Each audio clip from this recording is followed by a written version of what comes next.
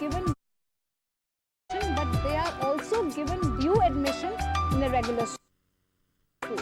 जब हम inclusive education की बात करते हैं तो इंक्लूजन की ज़रूरतें क्या हैं? अब हमने ये देखा कि कुछ ऐसे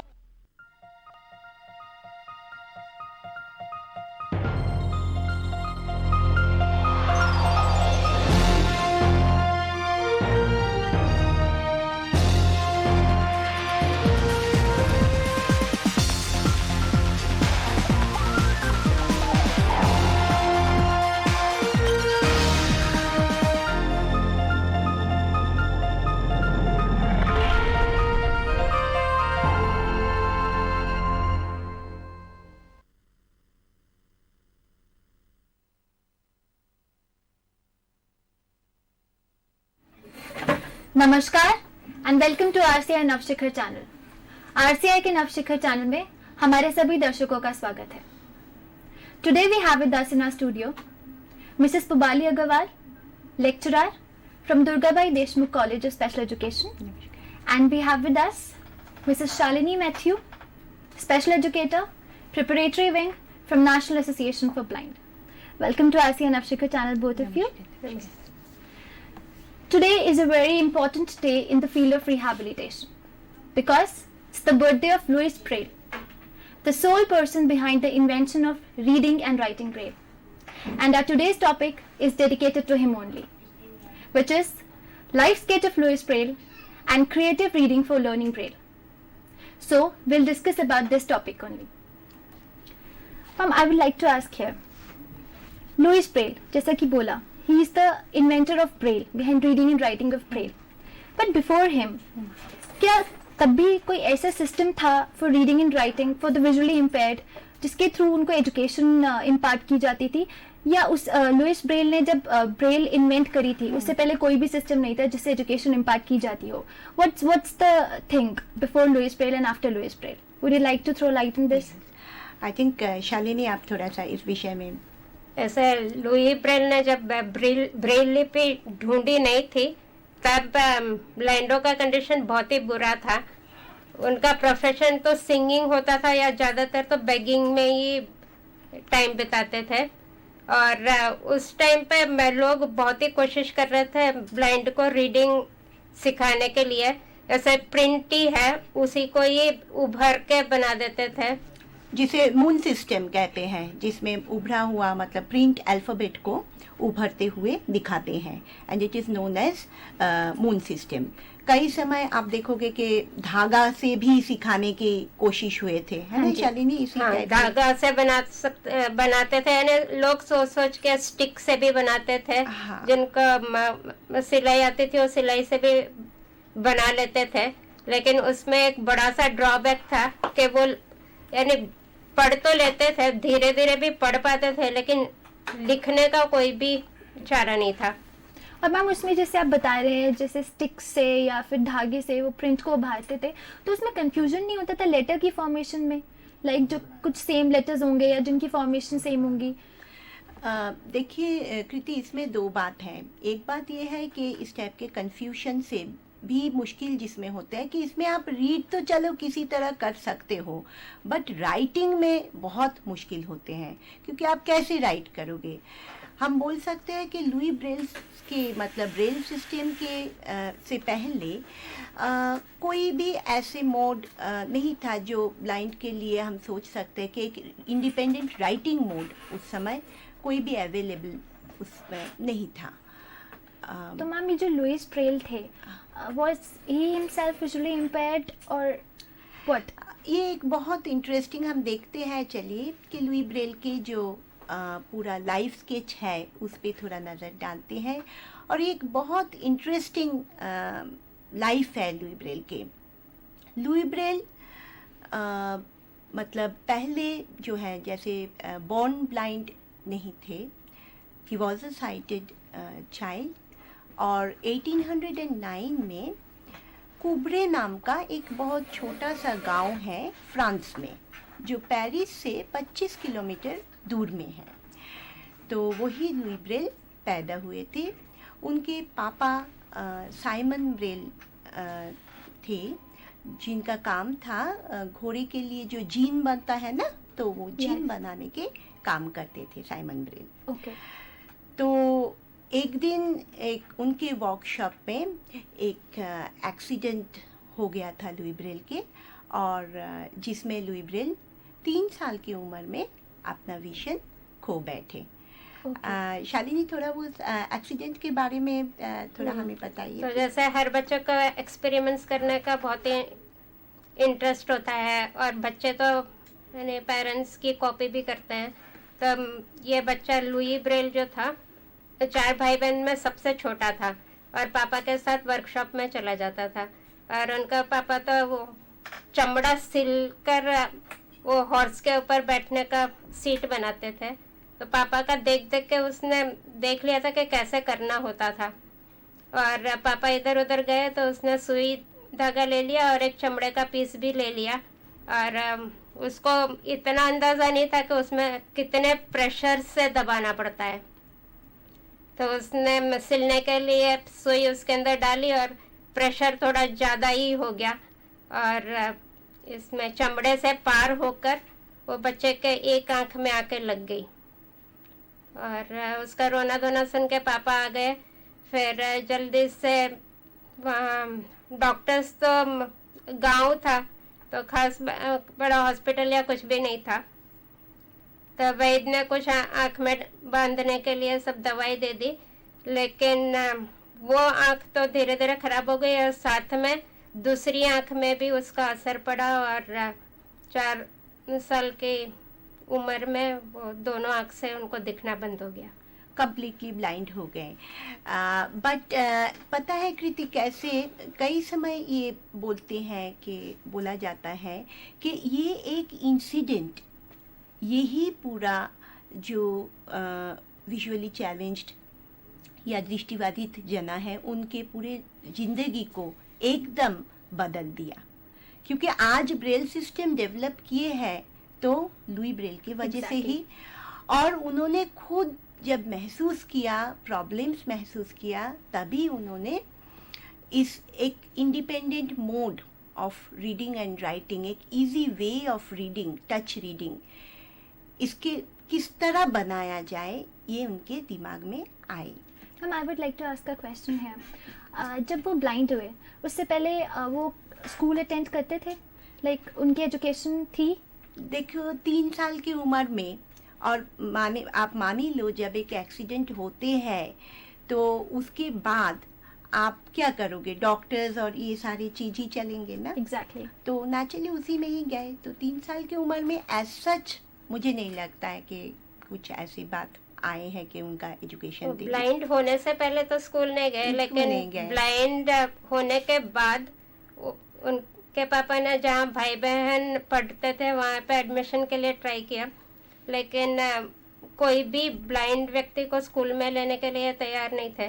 तो ये बच्चा अपने भाई के स्कूल में चला जाता था और बाहर खिड़की से ही सुन सुन के सीख लेता था।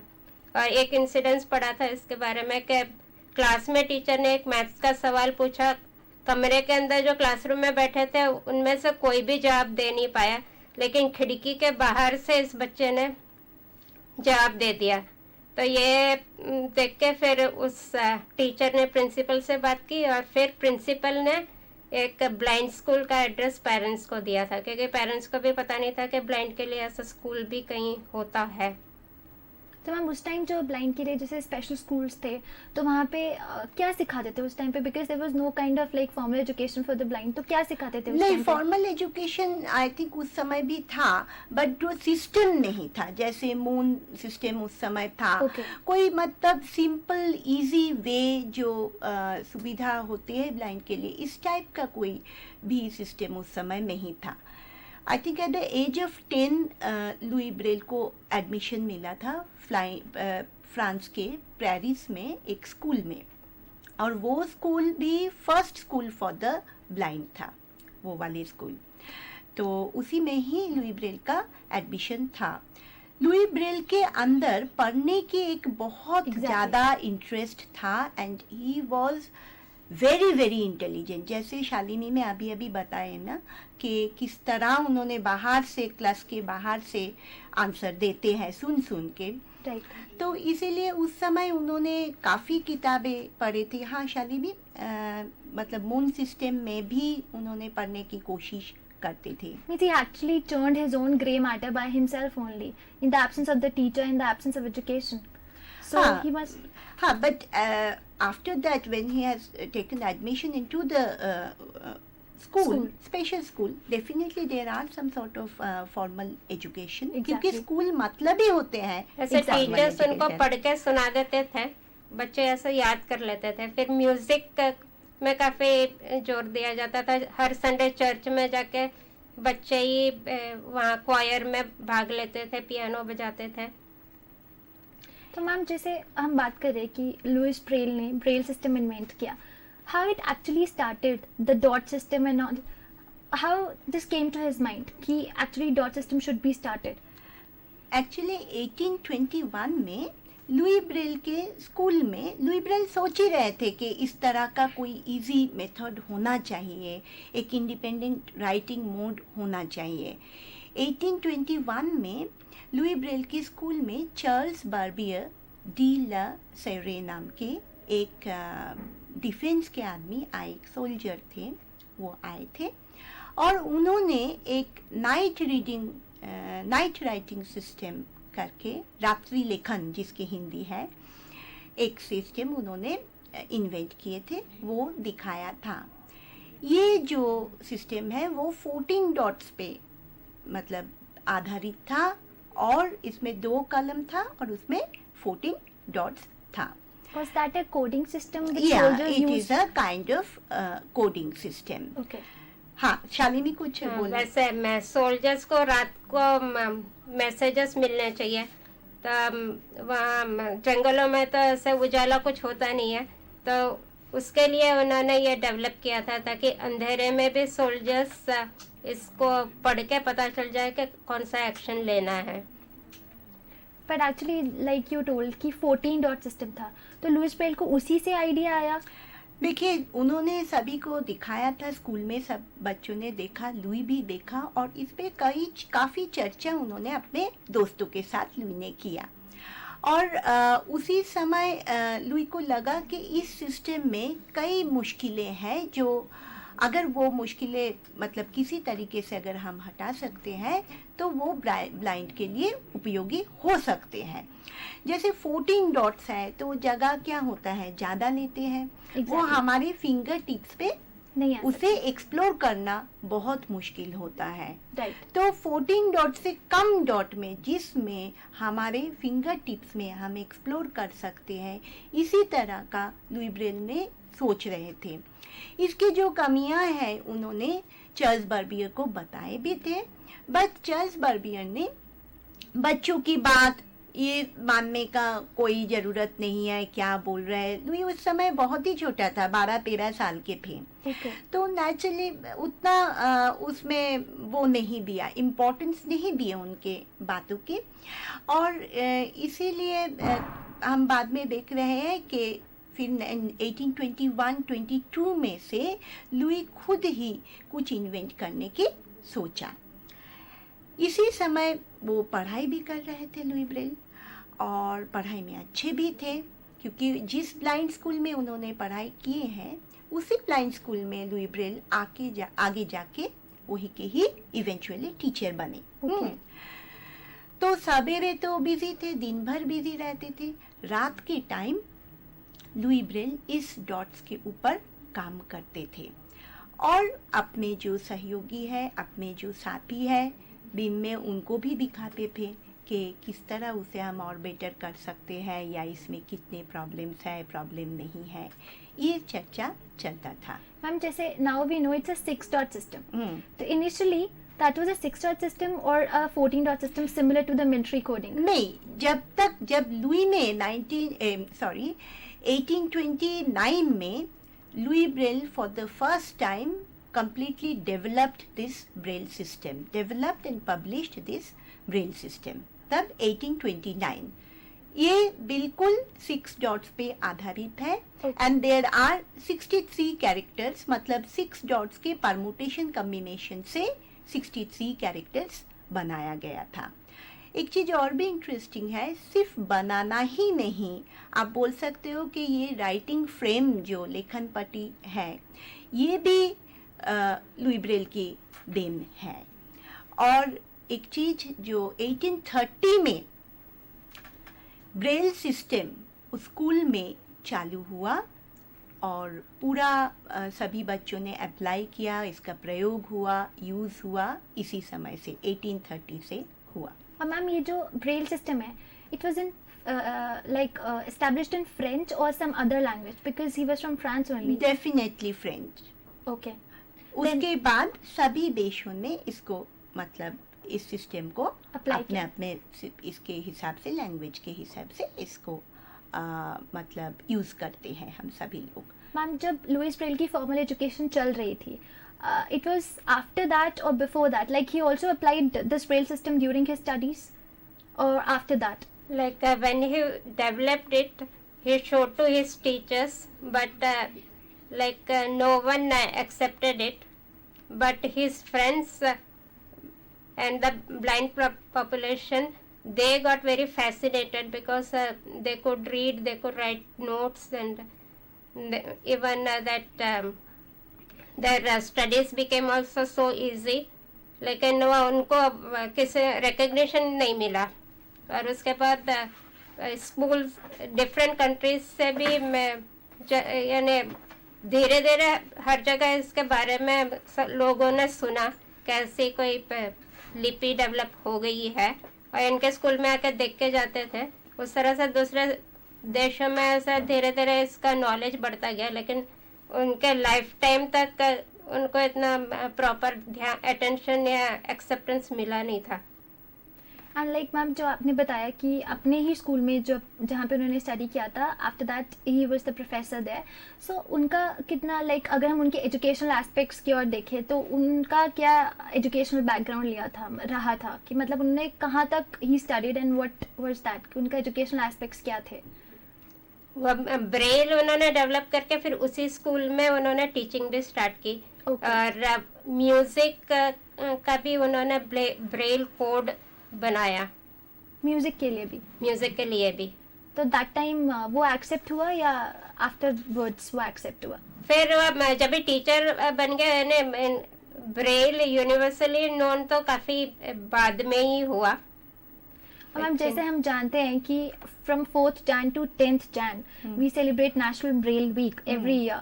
So like in yours organization, और जैसे क्या क्या सेलिब्रेशंस होते हैं like in the memory of Louis Braille, what activities do you impart your मैं स्टूडेंट्स? इसमें बाद में जाऊंगी, उससे पहले थोड़ा सा लुई ब्रेल के जब हम लाइफ स्केच है उसमें थोड़ा सा बाकी जो भी है Okay. पोर्शन वो हम कंप्लीट कर लेते Okay. हैं।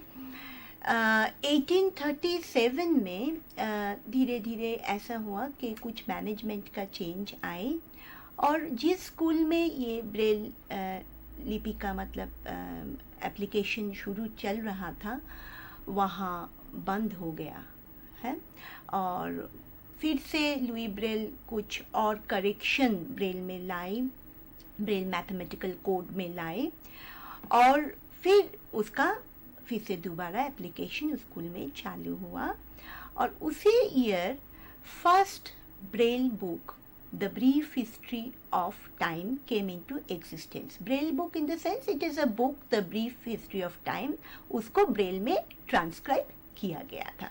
मैम लुइस ब्रेल ने जब alphabets he was devising with the Braille system, simultaneously he devised the symbols for mathematical code? Yes, mathematical code, music notation. हाँ शालिनी? हाँ, वैसे बेस तो उन्होंने ही सारा ही वो स्ट्रक्चर प्रिपेयर कर दिया था। Okay, at the same time जब वो लेटर कॉम्बिनेशन बना रहे फिर थे। इसके ऊपर भी धीरे धीरे मतलब कॉन्फ्रेंसेस हुआ, सेमिनार्स हुआ और उसमें जो एक्सपर्ट्स हैं उन्होंने काफ़ी चीज़, जैसे अभी साइंस के भी निमित ब्रेल कोड भी मैथमेटिक्स के Right. लिए सारी चीज़ आ गए हैं। तो ये सब धीरे धीरे और बेटर इसको और इम्प्रूव किया जाते हैं। At the age of 43 on 6th January, Louis Braille passed away। ठीक है, तो ये था ओवरऑल लुई ब्रेल के जो मतलब Life life sketch we can- sketch है. yeah. आप इससे पहले पूछ रहे थे किस तरह हम लोग सेलिब्रेट करते हैं. डेफिनेटली लास्ट ईयर बहुत अच्छे से सेलिब्रेट हुआ हर जगह, क्योंकि ये उनके बाइसेंटेनरी ईयर था लास्ट ईयर. Okay. हाँ, 200 ईयर्स, 1809 to 2009. तो Oh, that's great. हाँ, तो उसमें कई जगह, जैसे हमारे ऑर्गेनाइजेशन में, हमारे कॉलेज में हम ब्रेल वर्कशॉप रखे थे कि साइटेड जो लोग हैं उनको हम ब्रेल सिखाएंगे. कई ऑर्गेनाइजेशंस में all India confederation for the blind, उन लोगों ने भी बहुत अच्छा एक कॉन्फ्रेंस अरेंज किए थे. आज के दिन में एक बहुत बड़ी क्वेश्चंस आती है हमारे सामने कि अभी टेक्नोलॉजी इतने डेवलप कर गए, आज कंप्यूटर से भी जो ब्लाइंड है, विजुअली चैलेंज्ड है, काम कर रहे हैं. तो अब कई जनों के लगता है क्या ज़रूरत है फिर ब्रेल की, व्हाट इज़ अ नीड. हमारे हिसाब से कि ब्रेल की ज़रूरत हमेशा ही रहेगा. जैसे मान लीजिए कंप्यूटर तो आ गए हैं, पर क्या हम साइन करने के लिए पेन हमें नहीं चाहिए, Right. है ना. ठीक उसी तरह कंप्यूटर आने के बाद भी अगर हम देखें तो अपना इंडिपेंडेंट राइटिंग के लिए क्या हम ब्रेल को छोड़ सकते हैं? नहीं No. छोड़ सकते हैं.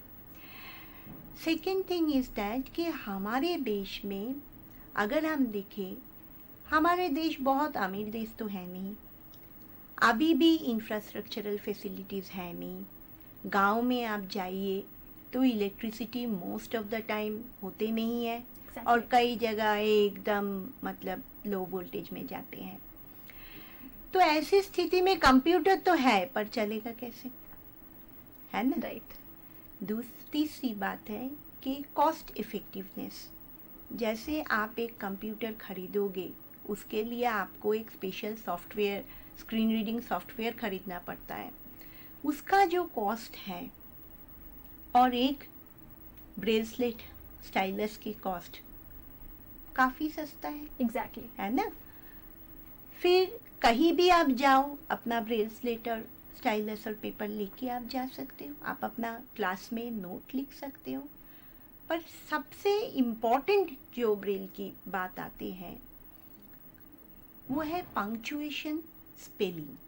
Exactly. ये बात हम लोगों को ध्यान देना बहुत ज़रूरी है कि भाई ब्रेल एक अलग कोई विषय नहीं है.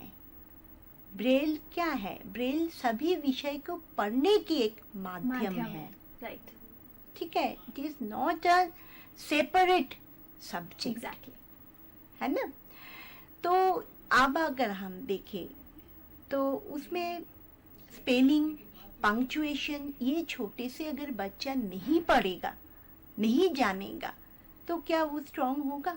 नहीं No. होते हैं.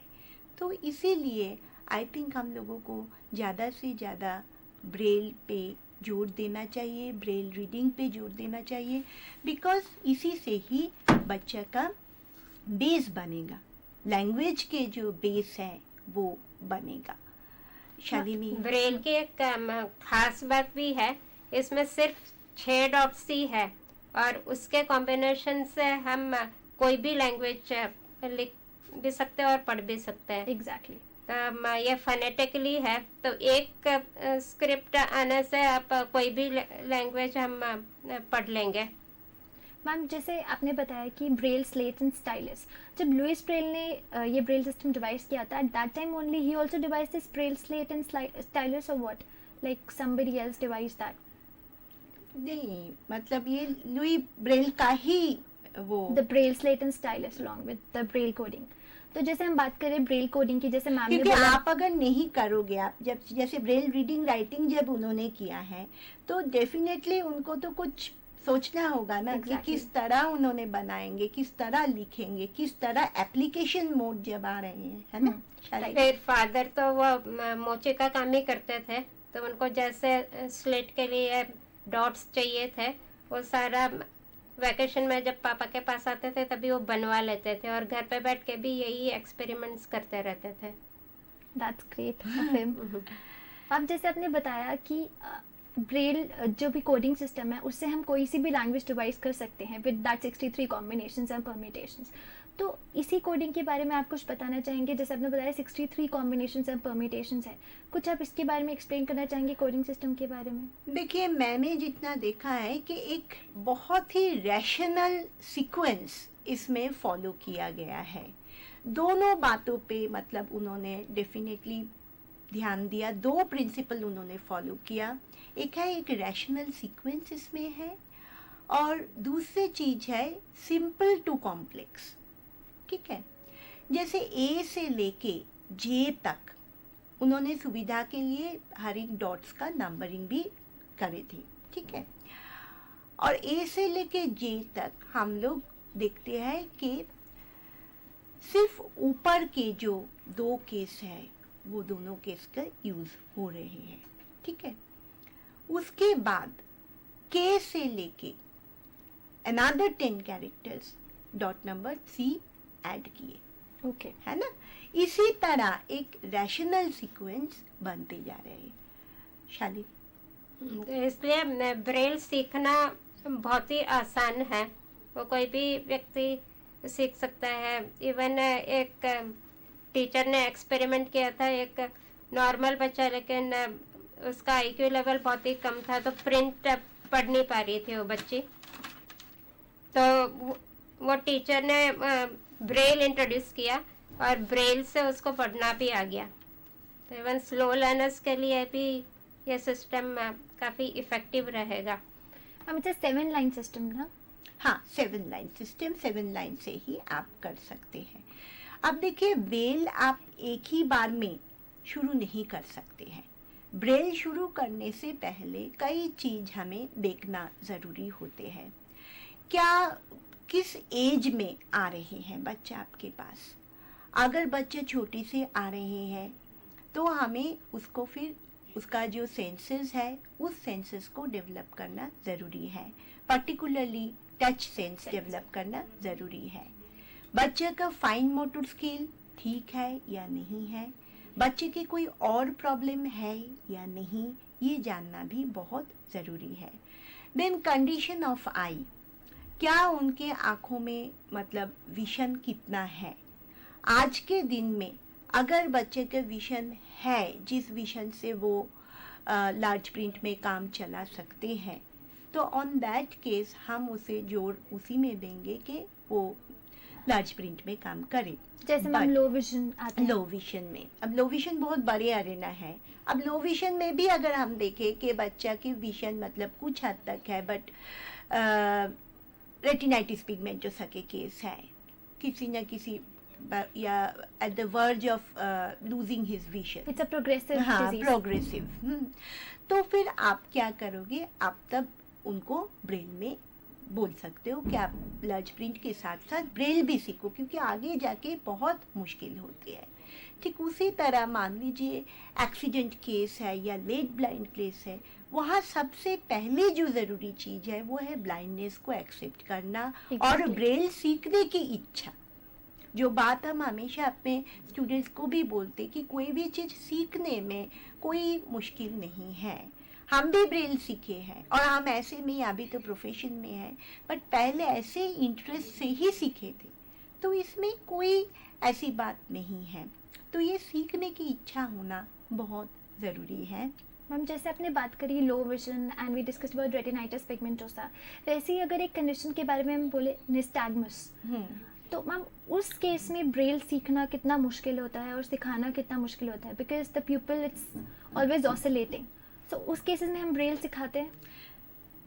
ब्रेल तो फिर फिंगर से Finger हम से पढ़ते हैं सीखेंगे ना? तो फिर उसका Yeah, right. आई के साथ इतना जैसे हम नहीं है। प्रिंट की संबंध बात नहीं कर है। रहे हैं मैम, जैसे हम प्रिंट की बात कर रहे हैं, हाँ। ऑब्वियसली निस्टैग्मस है but he will be able to see something no, तो बट ब्रेल तो आप फील करके सीखोगे ना, तो आई Yeah. के कंडीशन चाहे जो भी हो, you can easily learn Braille. जिनका Right. बिल्कुल विजन नहीं है वो तो ब्रेल ही सीखते हैं, Right, है ना? right. तो वो टच रीडिंग से संबंधित होते हैं, और इसके लिए टैक्टाइल सेंस डेवलप करना बहुत ज़रूरी है। तो इसके जैसे हम लोग बोलते हैं कि टैक्टाइल सेंस डेवलप करने के लिए कई चीज होते हैं। हम लोग पहले तो ये बात है कि आपके जो एटमॉस्फेयर है, बच्चा को जितना चाहे आप उसे एक्सप्लोर करने दीजिए, ठीक है। डिफरेंट सरफेस, डिफरेंट टेक्सचर, उसे जितना टच करेंगे उतना ही उसका टैक्टाइल सेंस डेवलप होगा। करेंगे। पहले हम देते हैं बहुत रफ, देन रफ और स्मूथ, तो बहुत आसानी से बता पाते हैं कि ये रफ है और ये स्मूथ स्मूथ है, है। ठीक है।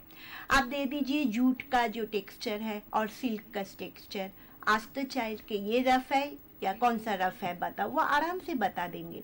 बट धीरे धीरे धीरे धीरे हम क्या करते हैं उसको क्रॉस टू फाइंड, जैसे वी कैन से। हाँ, मतलब टच का जो 3 क्वालिटीज है, एक है साइज, एक है शेप और एक है कि आप उनका टेक्सचर, ये 3 क्वालिटी उनमें हमें डेवलप करना है। जितना रियल लाइफ एक्सपोजर बच्चों को मिले उतना अच्छा है, तो उनको रियल लाइफ सिचुएशन में एक्सपोज करना ज़रूरी है।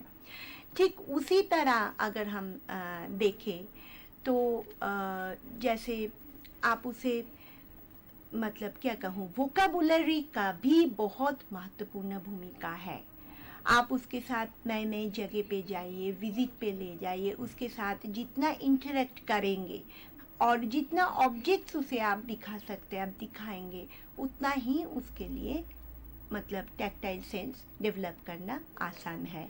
Ma'am, suppose if a child, he is visually impaired, comes to us and he is having mental retardation, then in that case, how do we start? Shalini madam. ऐसे Braille, वैसे dots इसके बहुत ही छोटे छोटे होते हैं, तो काफ़ी बच्चे तो डायरेक्ट ब्रेल ऐसे ही सीख जाएंगे, लेकिन वो पूरा ब्रेल पेपर में देखे तो इतना फुल ऑफ डॉट्स है कि वन गेट्स लॉस्ट, लाइक देख के ही डर जाते कि इसको भी कैसे पढ़ सकते हैं। तो उसके लिए पहले काफ़ी कॉन्फिडेंस बिल्डिंग हमें करना पड़ेगा कि एक तो जो पार्शियली साइटेड या साइटेड भी है, ये माने यानी कन्विंस नहीं होते कि टच से भी पढ़ सकते हैं। तो मैम जो मेंटली रिटार्डेड है उनके लिए स्पेशल करिकुलम अलग से डिवाइस करना पड़ता है, या लाइक जो ब्रेल का सिस्टम है, it will be very difficult to teach them the Braille system? क्या कहते हैं, हर बच्चा डिफरेंट है ना, यानी एवरी चाइल्ड इज यूनिक। हर बच्चे के लिए वैसे different different method work, there is no one method to teach anything. तो जैसे 5 बच्चे होंगे तो हमें 5 डिफरेंट मेथड्स यूज करना पड़ेगा, और 6th बच्चा आएगा तो ये 5 मेथड काम नहीं करेगा, इसलिए teacher will have to be very innovative. And ma'am, before making the child learn about writing braille, it's very necessary to make him feel the dots and read that. Definitely Why is that so? Reading writing सबके लिए, क्योंकि आपको touch से ही read करना है, आपके पास और कोई चारा नहीं है। Reading writing for everything tactile sense develop बहुत ज़रूरी है। और दूसरी एक चीज़ है कि हम लोग इसके लिए मॉन्टेसरी सेंसरी किट्स भी मतलब सेंसरी एड किट जो है वो भी हम यूज़ कर सकते हैं, कई समय हम यूज़ करते भी हैं। अभी हम दिखाएंगे कुछ, यहाँ लेके आए हैं हम लोग कैसे डिफरेंट टेक्सचर से पता चलते हैं। Ma'am, these are all called pre-braille activities? हाँ, ये सभी प्री। और भी एक बात है, जैसे ब्रेल लिखना और पढ़ना है, जैसे लिखने के लिए तो हम डॉट्स पंच करते हैं, तो बच्चे पंच करना तो सीख जाते हैं, लेकिन अपना लिखा हुआ वो पढ़ नहीं पाएंगे जब तक उनका सेंसस डेवलप नहीं होगा। Exactly. इसलिए सेंस को डेवलप करके चीज़ों को डिफरेंशिएट करवाना, वो सब बहुत ही ज़रूरी एक्टिविटीज़ है। और ये सब इसीलिए प्री ब्रेल एक्टिविटीज हम सिखाते हैं। जैसे यहाँ हम 3 पीसेस दिखा रहे हैं, कपड़े की टुकड़े हैं, ये कई मतलब ये थोड़ा एडवांस स्टेज में हम दिखा रहे हैं, मतलब पहले जैसे रफ और स्मूथ दिखाया, ये कपड़े आसपास ही है और इसमें देखिए बहुत अंतर नहीं है। जब बच्चों के उतना डिस्क्रिमिनेशन हो कर पाए कि इन तीनों में क्या अंतर है ना, दैट मीन्स उसके टैक्टाइल सेंस काफ़ी अच्छे इसमें लेवल पे डेवलप किए गए। और ये सब मटेरियल इकट्ठा करना बिल्कुल आसान है, कोई भी दर्जी के पास चले जाओ और डिफरेंट डिफरेंट टेक्सचर, और अगर बच्चे को सिखा भी दे कि ये कॉटन है या वुलन है, तो साथ में वो कपड़ों की पहचान भी सीखता जाएगा। हाँ, एक चीज से कई चीज आप सिखा सकते हैं। देखिए, कॉटन और वुलन, जैसे हम वुलन को किस समय, जब आप मान लीजिए विंटर पढ़ा रहे हैं तो उस समय हम उसके साथ वुलन को जोड़ सकते हैं। जब हम पढ़ा रहे हैं समर के टाइम, उस समय हम किस टाइप के कपड़े पहनते हैं, हम उस समय कॉटन के कपड़े पहनते हैं। मैम एक चीज जैसे आपने बोला कि ब्रेल सिखाते टाइम वोकैबुलरी बिल्डिंग भी उतनी ही ज्यादा नेसेसरी है, जरूरी है। लेकिन अगर मैम मल्टी सेंसरी इम्पेयरमेंट, अगर बच्चा डेफ भी है साथ में, in that case should we incorporate sign language along with this pre Braille activities, like उसकी vocabulary building के लिए, because he is not able to hear what we are saying, so whether it is necessary to incorporate the sign language to teach him the vocabulary? Sign language और gesture वो तो ज़रूरी है, क्योंकि वैसे day to day communication के लिए चाहिए। और फिर लैंग्वेज डेवलप होने के बाद डेफ ब्लाइंड को भी ब्रेली सिखाया जाता है लिखने पढ़ने के लिए। और डिफरेंस ये है कि जैसे डेफ ब्लाइंड की मैगजीन्स आती है उसमें कैपिटल साइंस ओमिटेड है, यानी जितना सिंपल कर सकते हैं, जितने पंक्चुएशंस कम से कम डाल सकते हैं उतना डालते हैं। Okay. लेकिन ब्रेल तो सेम ही, डेफ ब्लाइंड को भी यही सिखाया जाता है। Okay. और काफी अच्छे से बच्चे पढ़ भी लेते हैं। ओके और मैम साथ में पेरेंट्स को भी ये एडवाइस देते होंगे कि घर में भी जितना वोकैबुलरी बिल्डिंग पे वो लोग Definitely. ध्यान दे सकते हैं उतना ध्यान दें। हाँ, और एक चीज तो है ही, मान लीजिए आप जब डेफ ब्लाइंड की बात कर रहे हैं तो आप उनको रियल ऑब्जेक्ट दीजिए, है ना, तो वो हाथ में छू के मतलब फील करेंगे, उसे पता होगा कि ये चीज को ये कहते हैं। आपने Exactly. उसको शेप दीजिए तो शेप कैसे होता है वो भी पता चलेगा। कई समय होता है कि बच्चे शेप को आप पूरा मतलब एक पूरा शेप दो तो वो पहचान पाते हैं, पर आप काट के दे रहे हो जब, तब वो पहचान नहीं पाते हैं। Right. क्योंकि वो हम लोग सिखाते नहीं है। तो वो भी आप उनको दिखाओ, उनको टेस्ट से भी बताए। उस समय हम मल्टी सेंसरी अप्रोच उनके साथ यूज किया जाएगा। और मैम जैसे हम चीज़ें सिखा रहे हैं, साथ साथ वोकैबुलरी बिल्डिंग हो रही है, प्री ब्रेल एक्टिविटीज़ भी हो रही हैं, जैसे आपने बताया क्लोथ का texture, then there are shapes and there are many other things. इन चीज़ों को सिखाने का कोई सीक्वेंस होता है, like fruits, animals, and then the kinship terms and all that, or it just goes with the natural day-to-day activities which the child is following? ऐसे बच्चा सबसे पहले घर पे होता है, तो जितना अर्ली हम उसके सेंसेस डेवलप करने की एक कॉन्शियस एफर्ट करेंगे उतना बच्चा जल्दी आगे बढ़ेगा। तो ये सेंसरी ट्रेनिंग और जो भी है घर से ही, बिल्कुल स्टार्टिंग से ही, इन्फेंसी से ही स्टार्ट कर लेना है। और सारे जैसे बच्चा थोड़ा बड़ा हो गया फिर हर एक्टिविटी में बच्चे को इन्वॉल्व कर लो। जैसे मम्मी रोटी बना रही है तो आटा दे दो, तो आटे में होल्स बना के उस तरह से बच्चा खेलते खेलते काफी सीख जाएगा। इससे काफी ना जो आपका फाइन मोटर स्किल्स है या पिंसल ग्रिप है वो भी बहुत अच्छा डेवलप होता है ये प्लास्टिसिन या आटा के साथ, अगर जो शालिनी ने बताया बच्चे काम करे तो। और एक चीज है, जैसे इंटरेस्ट डेवलप करने के लिए छोटे क्लास में कई एक्टिविटीज कर सकते हैं। बच्चे को हमें मोटिवेट करना है कि आपको पढ़ना है, तो आप कैसे मोटिवेट करोगे? जब बच्चे को मोटिवेशन मिलेगा तभी तो बच्चा पढ़ेगा ना। तो पहले चीज ये होते हैं कि हम उसे, जैसे उसके टॉयज है, टॉयज में हम कुछ ब्रेल लेबलिंग करें, है ना। अच्छा, उसके जो डेस्क है उसके ऊपर हम ब्रेल लेबलिंग करें। फिर मान लीजिए उसके क्लासरूम के जो बाहर डोर है उसके ऊपर हम एक ब्रेल लेबलिंग करें। फिर जब थोड़ा ब्रेल सीख जाए बच्चा, उसके बाद जो नोटिस बोर्ड है, जैसे थॉट ऑफ द डे या टाइम टेबल या कैलेंडर, कुछ भी उसको मिले, नोटिस बोर्ड में कोई भी नोटिस हो वो भी ब्रेल में हो ताकि वो पढ़े। फिर हम बच्चे को जैसे गेम्स होते हैं, है ना, कि आप टच करो और देखो, रीड एंड प्ले गेम्स, हाँ, इस टाइप का मैच करने वाला गेम्स, है ना, रीड एंड डू, इस टाइप के एक्टिविटीज़ बच्चों को हम मोटिवेट कर सकते हैं बच्चे को। ठीक उसी तरह जैसे टच एंड टेल वाला आप किताब उनको दे सकते हो। डबल वर्जन किताब वो भी आप बच्चों को दे सकते हो, जिसमें आप कोई भी किताब लीजिए और उसमें इंक प्रिंट वाला लाइन के साथ साथ नीचे उसके साथ ब्रेल में भी रहेगा। तो वो एक और भी है आज के इंक्लूसिव सेटअप में, ब्लाइंड बच्चा साइटेड बच्चों के साथ मिलके भी वो पढ़ सकते हैं। कटआउट्स दो, उसके साथ आप ब्रेल में दे दो कि ये क्या ऑब्जेक्ट है, ऑब्जेक्ट का शेप आप कट आउट करके एक बोर्ड में लगाओ एंड देन उसको आप बच्चे को दो, है ना।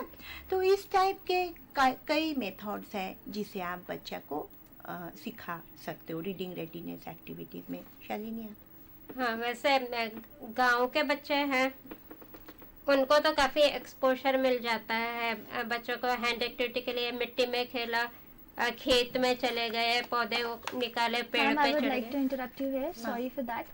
But we'll carry on with the pre-rail activities after Okay. a short break. Okay. And it's time for a short break. Up till now, we have discussed about the life sketch of the Louis Braille, and we are discussing something about pre-rail activities, which we will continue after a short break. See you after a while.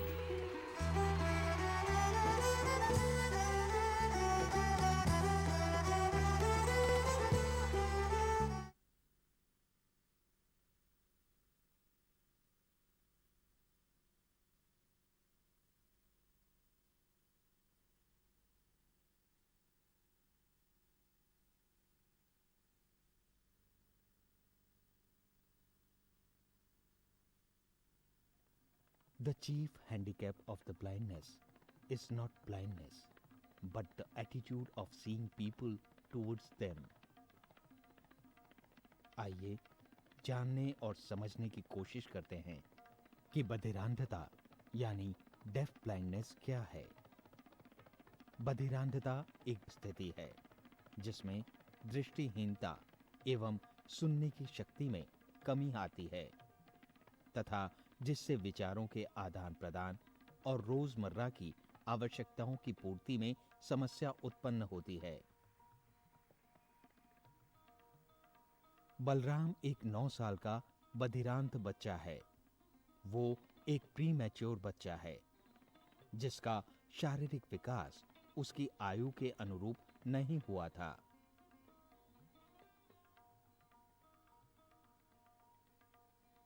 वो एक निम्न वर्गीय श्रेणी से संबंध रखता है तथा 5 साल से लगातार national association for blind Delhi के प्रशिक्षण कार्यक्रम से संलग्न है।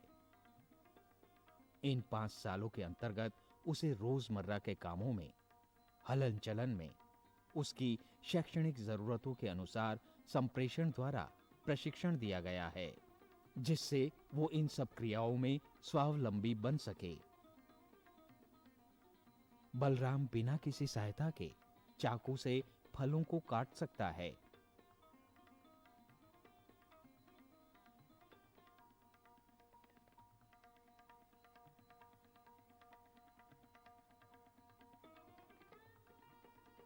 उनके छिलकों को कूड़ेदान में डाल सकता है।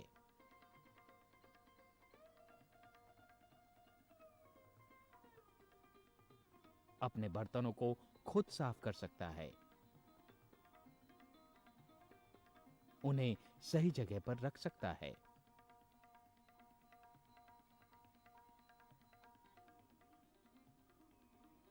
सही बर्तनों का चयन करके खुद खाना खाता है।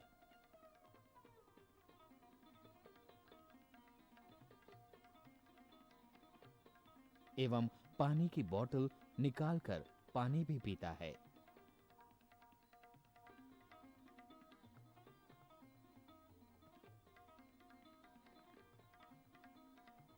इन सभी क्रियाओं में वो टेक्चुअल साइन लैंग्वेज से निर्देशों को ग्रहण करता है और अपने भावों को व्यक्त करता है।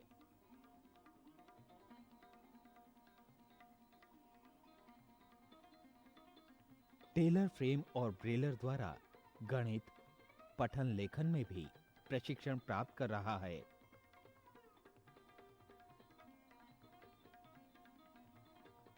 सभी बच्चों की तरह उसका भी एक मनपसंद खेल है।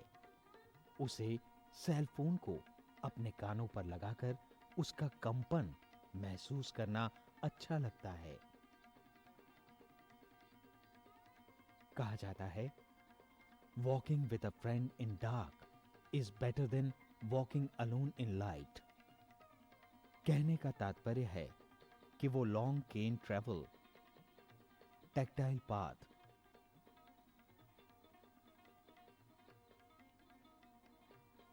ट्रेलिंग और लैंडमार्क्स द्वारा हलन चलन में भी सक्षम है और व्यायाम संबंधी क्रियाएं जैसे ट्रेडमिल, स्टैटिक साइकिल का स्वचालन भी कर सकता है। कहा गया है, the best and most beautiful things in the world can not be seen or even touched, they must be felt with the heart.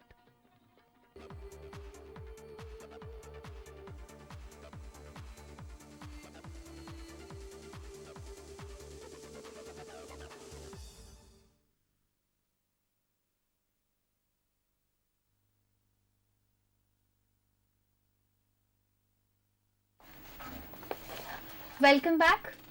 Progressing further, I would like to inform our viewers that they can call us for their any queries. हमारा toll free number है 1800112008। हमारा studio number है 26511613 और हमारा fax number है 26511609। Up till now, we have discussed about the Louis Braille, and we have been discussing about the pre-Braille activities, in which we discussed about that we have to see the age of the child, at which age the child is coming to us, and the condition of the eye. As we have discussed about retinitis pigmentosa, we have discussed about low vision, and there are certain trauma cases, accident cases, in which we have to first make the individual accept his visual impairment, and then the readiness of learning the Braille. We have to develop the touch sense for the pre-Braille activities, and this can start as early at home with activities incorporated by the mother and with the teacher at school. So there are three aspects of touch sense which we discussed, which is size, shape and the texture. And as ma'am gave us an example of moving from gross to fine, like initially we provided the child jute cloth and then the silk cloth, and then we ask him to examine the difference between both of it. Then we show it into the scrapbook. Ma'am, would you like to show it again? Yes yes देखिए, जैसे हम लोग बोल रहे थे पहले ही कि Braille कोई अलग विषय नहीं है, कोई अलग सब्जेक्ट नहीं है। Right. हम हर सब्जेक्ट ब्रेल के माध्यम से पढ़ा सकते हैं। ठीक उसी तरह जब हम टैक्टाइल सेंस डेवलप कराएंगे रीडिंग रेडीनेस एक्टिविटीज़ में, उसमें हम जैसे शेप, अब शेप एक छोटे बच्चों का एक बेसिक इसमें भी आते हैं कि बेसिक शेप का नॉलेज है ना। Right. यहाँ जैसे बनाया गया है, As we can see it on the camera. Different shapes. These are made with sticks only. Sticks है, जैसे यहाँ सर्कल जो दिखा रहे हैं आप देख रहे हो, ये एक बैंगल है, कांच Okay. की चूड़ी है और Okay. सभी देखिए अवेलेबल चीज़ों से है, ऐसे Right. नहीं कि कुछ भी अलग कोई चीज इसमें दिया गया है और ना? मैम ये डॉट्स क्यों लगाई गई हैं जो रेक्टेंगल है? Is it for a specific purpose like for the determining the corners? हाँ, डिटरमाइनिंग द कॉर्नर्स, थोड़ा सा इसको ठीक करा भी है कि okay, so these can be made with the simple materials हाँ, available at simple home. Materials. यहाँ देखिए कि इंटरेस्टिंग चीज, 2 चाबी है इधर, ठीक है, इधर आप नोटिस कीजिए, एक चाबी के देखिए पूरा है और एक चाबी के जो ऊपर वाला पोर्शन है वो नहीं है ना? Right, right. तो बच्चे ये भी एक्सप्लोर करेंगे। एक तो आप इसमें से बच्चे को ये आइडिया दे रहे हैं कि व्हाट इज अ की, है ना, फिर दोनों में अंतर, तो मतलब ये थोड़ा सा एडवांस स्टेज में द चाइल्ड कैन डिस्क्रिमिनेट, है ना? Right. दोनों सेम चाबी है, पर एक में देखिए ऊपर वाले पोर्शन में आप देखोगे तो एक होल है, यहाँ नहीं है। Right. तो दिस इज वेरी इम्पोर्टेंट। धीरे धीरे उसमें टच सेंस के डेवलप हो रहे हैं, है ना? कटआउट्स की बात मैंने करी थी ऑलरेडी, तो यहाँ जैसे देखिए कुछ कटआउट्स हैं, जैसे बटरफ्लाई का कटआउट है इधर, है ना? ये मैच स्टिक्स और कार्डबोर्ड से बनाया हुआ है, और इसे जैसे बटरफ्लाई की कॉन्सेप्ट के बारे में बच्चों को पता लगेगा, ठीक उसी तरह कटआउट से पता भी लगेगा कि कैसा है, उसका टैक्टाइल सेंस भी डेवलप करेगा, है ना। और इसी के अंदर बच्चों को कलरिंग भी आप करवाते हैं। करा सकते हैं कलरिंग। इसमें देखिए हमने बोला था कि तीनों चीज टच सेंस का डेवलप कराना ज़रूरी है। एक है शेप, एक है साइज और एक है टेक्सचर। यहाँ देखिए दोनों साइज को, डिफरेंट साइज को दिखाया गया है। So we can use simple materials from home. ये देखिए एक घर का दिखा रहे हैं, जैसे एक घर है, बिल्कुल सिंपल चीज है, Right. है ना।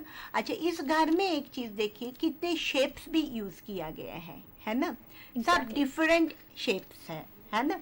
तो आप इस घर से जैसे घर के कॉन्सेप्ट दे रहे हो, उसके साथ साथ शेप्स के कॉन्सेप्ट भी दे रहे हो, है ना। ये देखिए एक बच्चे जैसे कैसा होता है, एक छोटी लड़की, तो उसका भी कटआउट्स है। ये दिखाने के बाद अच्छा और इंटरेस्टिंग बनाने के लिए इस लड़की के ऊपर आप एक कहानी भी बता सकते हो, है ना।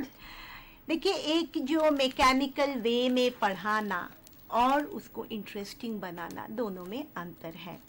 Right. यहाँ देखिए चारों टाइप की चीज है, दालें है, इसमें अंतर करना। जैसे नीचे आप देखिए ये चने की दाल है, थोड़ा चारों टाइप के सीरियल्स है, सॉरी, दाल है, चावल है, इस साइड में जीरा है और यहाँ है मोंगरेल। अब आप देखिए बच्चा दोनों में देख के फ़र्क कर सकते हैं, छू के फ़र्क कर सकते हैं। इसमें रीडिंग रेडीनेस भी है, और क्यों आज के दिन में ज़रूरी है, जो बार बार ये बात आते हैं, इससे उसके डेली लिविंग स्किल्स भी हो रहे हैं। जब वो खुद खाना बनाएंगे तब बहुत आसानी से अलग कर सकते हैं ना कि Right. कौन से चावल है, कौन से दाल है ना। Means rather than teaching in isolation, we have to incorporate Yes. the different things together, हाँ. which will be helpful in his daily living Definitely. activities.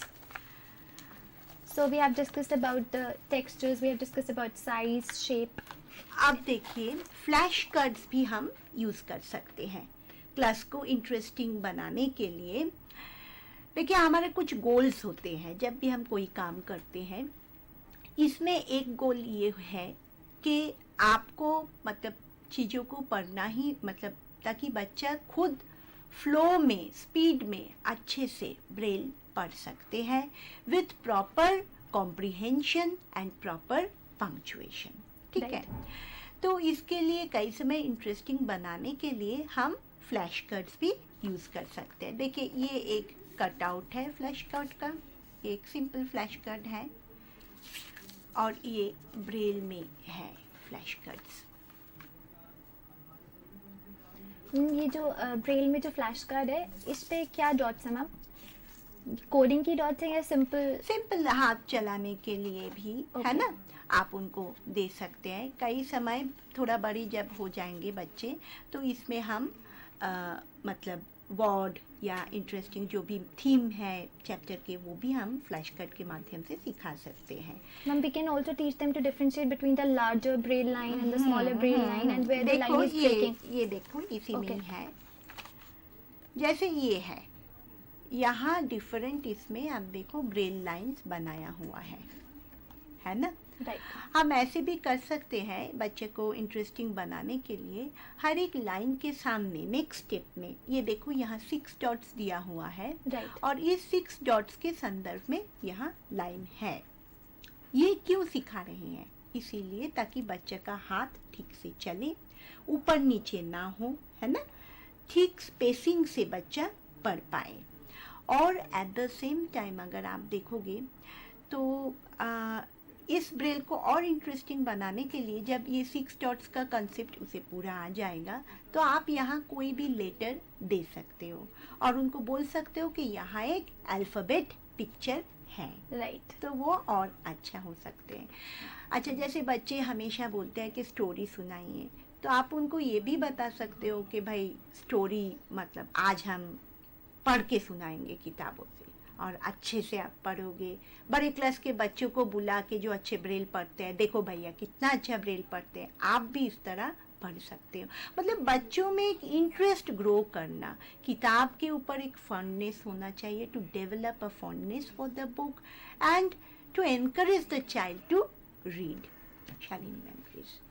तो लुई ब्रेल के बर्थडे के दिन हमें चाहिए कि ज़्यादा से ज़्यादा लोग ब्रेल सीखें, चाहे वो साइटेड हो या ब्लाइंड हो। तो साइटेड लोग तो आँख से ही देख के पढ़ना सीख लेंगे, और ब्लाइंड के लिए हमें उनके हैंड एक्टिविटी पे बहुत ही ज़्यादा स्ट्रेस देना है, क्योंकि ज़्यादातर बच्चे उनको एनवायरनमेंट से स्टिमुलेशन मिलता नहीं है, इसलिए हैंड मूवमेंट सारा बहुत ही स्लो होते हैं। तो हमें हाथों को स्ट्रेंथन करवाने के लिए भी एक्टिविटीज दे सकते हैं, जैसे कि पंच से मैं दबाना सिखाया, ऐसा कागज़ पे होल भी बनता जाएगा, और वो फिर दूसरी एक्टिविटीज़ के लिए भी हम उसको यूज़ करते हैं, जैसे लेसिंग करने के लिए।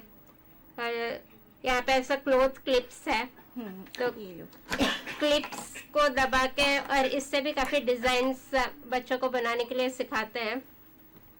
फिंगर में प्रेशर देना भी सीख लेता है, और साथ में क्रिएटिव एक्टिविटी भी हो जाती है। फिर हम क्ले मॉडलिंग भी करवा सकते हैं, वो रियल मिट्टी से भी कराते हैं और प्लास्टर सिल्क से भी कराते हैं। ये सब एक्टिविटीज़ बहुत ही ज़रूरी है अगर बच्चा सक्सेसफुली ब्रेल हम उसको सिखाना चाह रहे हो तो। Ma'am one thing I would like to ask, जब ब्रेल डॉट्स रीड करना सिखाते हैं, जो भी प्री ब्रेल एक्टिविटीज़ हैं, one hand usually follows the other, why is that so? Can't it be with one hand? Why both hands be used while reading the Braille? Reading में तो दोनों हाथ चाहिए, plus while we are showing them all the pre reading charts and all, we have to encourage them to explore with both the hands. Okay. Both the hands, यानी 10 finger उसके पर रहेंगे, साथ में पाम भी, तो जितना हम उसको यानी टचिंग सरफेस जितना बढ़ा सकते हैं उतना बढ़ा के देना है। और ब्रेल लाइन के ऊपर भी 8 उंगलियां रखने के लिए कहते हैं, और जैसे राइट हैंड आगे, लेफ्ट हैंड स्टार्टिंग में है, राइट हैंड आगे बढ़कर जाएगा, आधे तक पहुंचेगा, तब तक लेफ्ट हैंड दूसरे लाइन में पहुंच जाएगी, और राइट हैंड फिर बाकी लाइन पूरी कंप्लीट करेगा। यानी फास्टर रीडिंग के लिए है, फास्टर रीडिंग के लिए। और कई समय ऐसे होते हैं, मान लीजिए हम पढ़ रहे हैं तो कहाँ यहाँ हमारा ख़त्म हुआ है, तो नेक्स्ट लाइन की शुरुआत भी आप यहाँ से कर सकते हो, ठीक है। तो ये भी एक बात है कि छूट ना जाए। आप यहाँ से मैंने देख लिया है, फिर मैं यहाँ पढ़ लिया है, यहाँ जब ख़त्म हो गया तो मैं नेक्स्ट लाइन में आ गए, इधर से फिर हम पढ़ने लगे, तो ये ज़्यादा इजी वे हो जाता है। और ज़्यादातर इंडेक्स फिंगर से पढ़ते हैं। हाँ। लेकिन एकदम बहुत fast readers middle finger, ring finger सबसे ही वो अच्छे टच से करके पहचान लेते हैं। और एक बात बहुत ज़रूरी है कि जब आप टच करोगे तो कभी भी आप बहुत ज़्यादा उसे प्रेशर देना नहीं है डॉट्स के ऊपर, क्योंकि वो बहुत मुश्किल होते हैं। कई समय मतलब प्रेशर देने का हैबिट होता है, उसमें किताब भी बहुत ख़राब होता है और टायरिंग भी हो जाते हैं। दूसरी बात है, जब आप ये सिखाएंगे तो फ्रेश पेज के ऊपर ही सिखाना चाहिए। कोई मेटल शीट के ऊपर या ऐसे अगर करेंगे तो वो भी हार्मफुल होते हैं।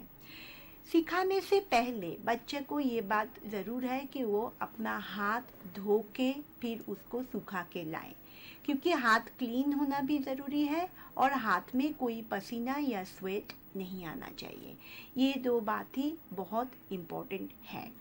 जब हम जो शालिनी ने अभी बताएं कि ये प्रेशर देना या ये जो हमारा जो फाइन मोटर स्किल को अगर हम डेवलप करना चाहते हैं, तो देखिए जैसे ये बहुत इजी चीज़ है कि क्लिप जैसे हम करते हैं, तो इसे ऐसे जब बच्चा प्रेशर दे रहे हैं तो क्या हो रहा है, कहीं ना कहीं उनका ये मूवमेंट हो रहा है दोनों उंगली में, और इससे उनका पंचिंग का भी राइटिंग के लिए जो ज़रूरी होते हैं आसान हो जाते हैं। इसे फिर आप जोड़ के कई टाइप के फिगर्स भी बना सकते हैं, है ना। तो इस टाइप से उसका कोई क्रिएटिव एक्टिविटी भी हुआ और साथ साथ उसके प्रेशर के भी बात आ जाते हैं, फिंगर डेक्सटेरिटी भी बेटर होते हैं। अब आप एक चीज़ नोटिस कीजिए, पर ये कोई बड़ी बात है क्या? हम सभी घर में क्लिप यूज़ करते हैं, है ना। और भी एक इंटरेस्टिंग एक्टिविटी हम बच्चों को करवाते थे। बच्चों को पार्क में ले गए, यानी स्कूल के पीछे ही जो लैंड है उसमें लेके गए, तो वहाँ पे बहुत सारी घास है। उसमें से हम कहते थे कि दूबी घास को कैसे पहचानना है और दूबी घास को रहने देना है और बाकी की खींच के निकालनी है। उससे डिफ्रेंशिएट करना भी सीख जाते हैं और काफ़ी इंटरेस्टिंग वे में उनको मज़ा भी आता है घास निकालने में, और पार्क गेम में भी हो जाते हैं उसे। बहुत ही सुंदर उन्होंने बना दिया। हाँ। हम अब एक और एक्टिविटी कर सकते हैं, like we can have a bowl and a larger हाँ. bowl, and we can have water and many objects in this, and we can ask the child to pick up one object and name them. Name it. So that can also be an That interesting can also activity. be, आप चावल राजमा सब कुछ एक साथ mix करके फिर बच्चे को बोलो कि आइडेंटिफाई कर लो उसमें से। और ये पेग बोर्ड वाला भी हम यूज़ करते हैं कई समय। ये देखो एक एक पेग को आप अगर But one thing we have to keep in mind, like while doing these activities, कि कोई भी ऐसा harsh receptor जो harsh बिल्कुल, object, हाँ, ये देखना बहुत, बच्चे का सेफ्टी बहुत ज़रूरी है। और एक चीज़ और भी है कि बच्चे जब काम करेंगे तो उसके नेल्स भी एकदम ठीक से कटा हुआ होना ज़रूरी है। कई समय नेल्स से हर्ट होते हैं, दूसरे लोग भी हर्ट होते हैं, प्लस नेल से परसीव करने की एक टेंडेंसी होती है, वो भी ठीक बात नहीं है ना। ये पेग बोर्ड से भी जैसे एक पेग उठा के दूसरे में देना, ये इसे हमारा फाइन मोटर स्किल्स क्या होता है, डेवलप होते हैं। ब्लैकबोर्ड से भी हम बहुत सारे चीज़ें सिखा सकते हैं, डिज़ाइन बनाना है, शेप्स बनाना। थोड़ा दिखा दीजिए शालिनी आप। अभी तो ये जैसे ये बॉर्डर्स में डाल के ये स्क्वायर बन गया है, उसी तरह से हम डायगनली बच्चों को डालने के लिए सिखा सकते हैं। जैसे एक छेद पे लगाया और उसका नीचे का छेद छोड़ दिया और उसके राइट वाले में डाल दिया, और उसके नीचे का छोड़ा और फिर उसके राइट में डाल दिया।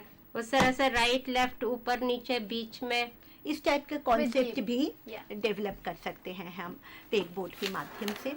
जैसे यहाँ एक चीज़ मैं दिखाना, देखिए यहाँ 4 डायरेक्शन दिखाया गया है, ठीक है।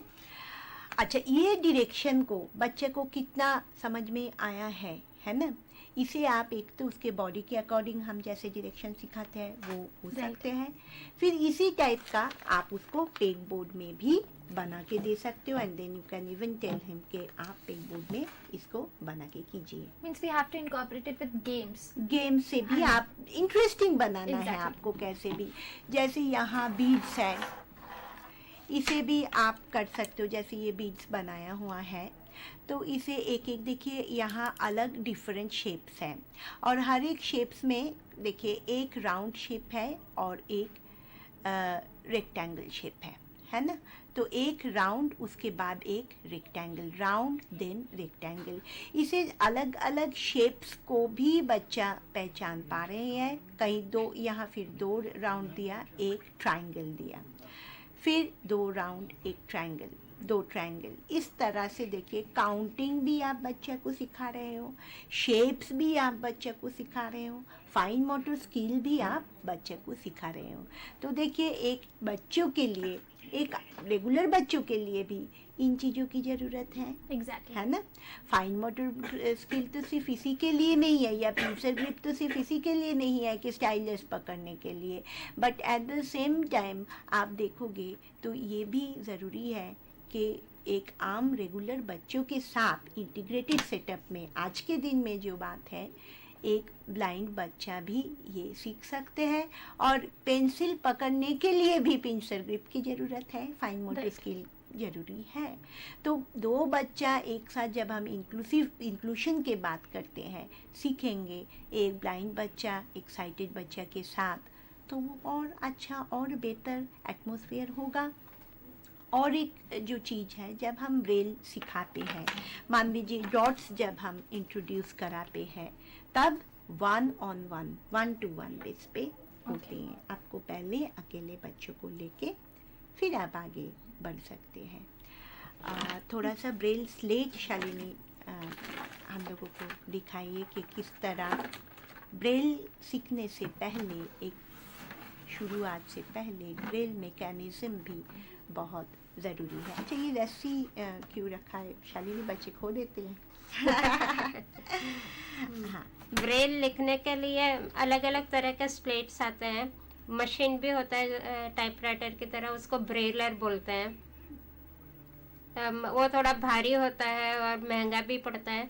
तो ब्रेल स्लेट्स ज़्यादातर बच्चे यूज़ करते हैं। और ये भी अलग अलग तरह की स्लेट्स होती है। और कुछ इसमें 4 लाइन वाली भी होती है, 2 लाइन वाली भी है। ये है 27 लाइन वाली।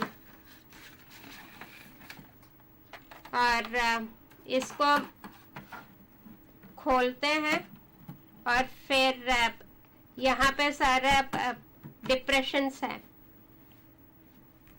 और खोल के फिर कागज को रख लेते हैं। फिर उसके बाद ये स्लेट को बंद कर देते हैं। तो इसमें बच्चे को खोल के कागज लगाना, और इसमें राइट से लेके लेफ्ट की तरफ हमें पंच करना पड़ता है, क्योंकि डॉट को अगर लेफ्ट में लाने के लिए, मतलब पढ़ते समय हम लेफ्ट टू राइट पढ़ते हैं, इसीलिए लिखते समय right Right to to left होंगे, जस्ट लाइक उर्दू लैंग्वेज। ठीक है, तो उसमें राइट टू लेफ्ट जब हम लिखेंगे, क्यों? क्योंकि वो मिरर इमर्ज हो जाएगा। Right. रिवर्स साइड में लेफ्ट टू राइट इसको हम पढ़ेंगे। ठीक है, हाँ शालिनी। और फिर ब्रेल स्लेट में एक सेल से नेक्स्ट सेल में कैसे मूव करना है, वो भी बच्चों को अलग यानी वो भी एक स्टेप है सिखाने का। फिर एक लाइन खत्म होने पर फिर नेक्स्ट लाइन में कैसे पहुंचना है। फिर स्टाइलस पकड़ने का स्टाइल। स्टाइलस पकड़ने का स्टाइल थोड़ा सा आप हमें बता दीजिए। वो सब सारे बच्चों का अलग अलग स्टाइल होता है। हाँ, बट कोई सही स्टाइल स्टाइलस पकड़ने का? ऐसे छोटे बच्चों में वैसे प्रेशर, ताकत कम रहती है, तो ये अंगूठा ऐसे ऊपर रख, इंडेक्स फिंगर ऊपर रख के भी पकड़ लेते हैं, या बड़े हो तो पेन की तरह भी पकड़ के कर सकते हैं। Depends on the onset of blindness, जब कब सीख रहे हैं उसके ऊपर डिपेंड करता है। पेन की तरह पकड़ने से बेस्ट रहता है। अच्छा, नहीं तो वो उंगली पे बहुत ज्यादा प्रेशर प्रेशर आ जाते हैं, बहुत ज़्यादा प्रेशर आ जाते हैं, वही बात है। Ma'am, I would like to ask you है, अगर एक्वायर्ड ब्लाइंडनेस का केस है एंड कॉन्जेनाइटल ब्लाइंडनेस का केस है, तो किन केस में, दोनों में से किस केस में जो प्री ब्रेल एक्टिविटीज है सिखाना will be more easy? Naturally congenital blind के केस में, क्योंकि वो छोटा होता है, तो ये सारी एक्टिविटीज आप देखिए छोटे बच्चों के लाइन मतलब लायक है। Right right. और जितने छोटे में आप उसको सिखाओगे, उतने अच्छे से बच्चे का मतलब पिकअप करने का पावर भी बढ़ेगा। साइकोलॉजिकल प्रॉब्लम भी कम होते हैं। एक्वायर्ड ब्लाइंड के केस में कई समय बच्चा एक्सेप्ट ही नहीं करता है कि मैं ब्लाइंड हूँ। ओके। हाँ, तो ये सारे प्रॉब्लम्स आपके इसमें नहीं आते हैं। कुछ चीज़ों में हमें ध्यान देना बहुत ज़रूरी है। जब हम ब्रेल सिखाएंगे उस समय हम डॉट के बेस पे नहीं सिखाएंगे। भाई, डॉट का रटने से नहीं होता है, आपके दिमाग में वो शेप आना ज़रूरी है। राइट। ये बहुत ज़रूरी है। जैसे यहाँ देखिए कुछ कुछ शेप्स बना हुआ है ना?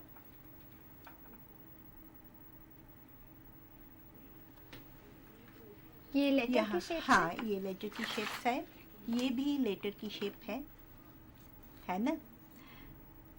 तो ये शेप, जैसे इसे के है, ये देख के ये शेप को आपको पहचानना है। Okay. ये बात का like it will be an afterward task. हाँ, बट जब भी आप सिखाओगे तब आप ये शेप को दिमाग में रखते हुए सिखाओगे। अब ब्रेल सिखाने का जो मेथड है उसमें से 3 मेथड फॉलो करते हैं, एक लेटर मेथड, एक वर्ड मेथड और एक सेंटेंस मेथड। ओके। ठीक है। लेटर मेथड में पहले आप लेटर को इंट्रोड्यूस कर रहे हैं, उसमें लेटर से वर्ड में जा रहे हैं और वर्ड से सेंटेंस। वर्ड में पहले आप वर्ड को इंट्रोड्यूस करा रहे हो, उसके बाद आप वर्ड से लेटर में और फिर लेटर वर्ड जुड़ के सेंटेंस में जा रहे हैं। सेंटेंस मेथड में रिवर्स होगा, सेंटेंस से वर्ड और वर्ड से लेटर। ये देखा गया है कि इन तीनों मेथड में जैसे साइटेड बच्चों को सिखाते समय हम कई समय वर्ड या सेंटेंस लेते हैं, ब्लाइंड बच्चों के लिए जनरली लेटर मेथड ही बेटर माना जाता है। शालिनी, आप कुछ? हाँ, मैंने जनरली लेटर मेथड यूज़ हो रहा है अभी। तो उसी से ही सिखाते हैं कि पहले लेटर एंड देन लेटर के साथ वर्ड को। इसका एक और कारण भी है कि वर्ड आप देख रहे हो तो एक बार देखने का जो है वो एक पूरा ओवरऑल व्यू आपके सामने आते हैं, जो लेटर मेथड में नहीं है। So we have been discussing about the pre-braille activities and we'll surely carry on our discussion after a short break. See you after a while.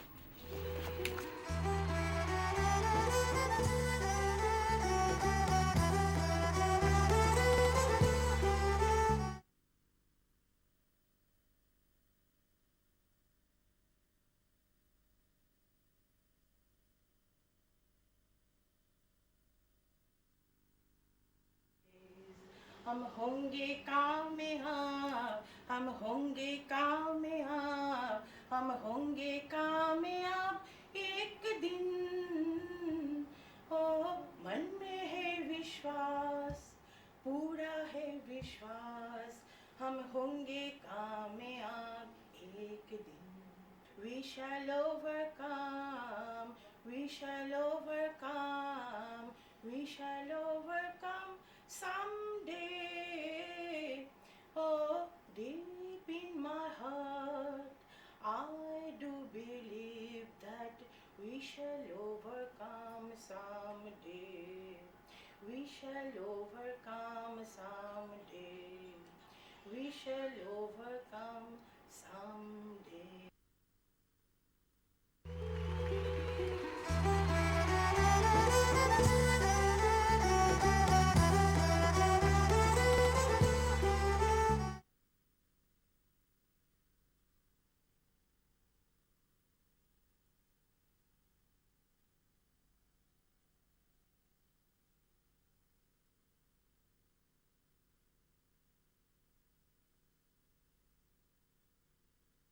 The state of knowledge exists. The will, the capacity, and method are usually the problem. मानसिक मंदता एक ऐसी विकलांगता है जो 18 वर्ष की आयु से पूर्व कभी भी हो सकती है, जिसमें व्यवहार अनुकूलता में कमी एवं बुद्धि क्षमता 70% से कम होती है।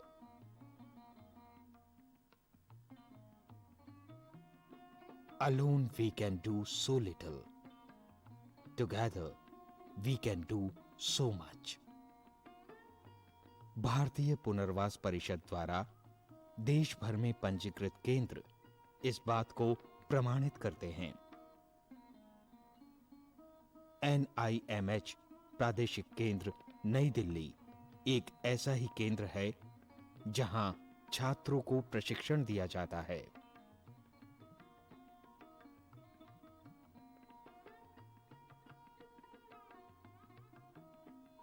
जिसके उपरांत वे मंदबुद्धि बच्चों की सेवा में नियुक्त होते हैं। क्लासरूम टीचिंग, ग्रुप टीचिंग एवं भारतीय पुनर्वास परिषद के नव शिखर चैनल पर प्रसारित टेलीकॉन्फ्रेंसेस द्वारा संबंधित विषयों पर विस्तार पूर्वक ज्ञान दिया जाता है। Medical, occupational therapy, physiotherapy,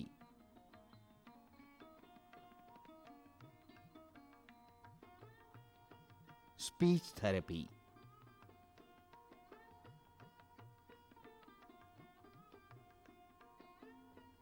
psychology और स्पेशल एजुकेशन जैसे क्षेत्रों में छात्रों को प्रशिक्षित किया जाता है।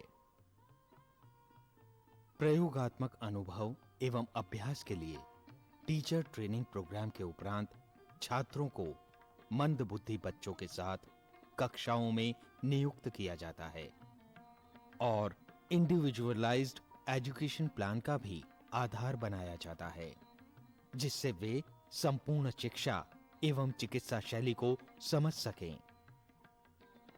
इस पूरे प्रशिक्षण कार्यक्रम के दौरान विद्यार्थी journals, newsletters, periodicals, charts, models, computer training एवं टेक्स्ट बुक्स का उपयोग कर सकते हैं।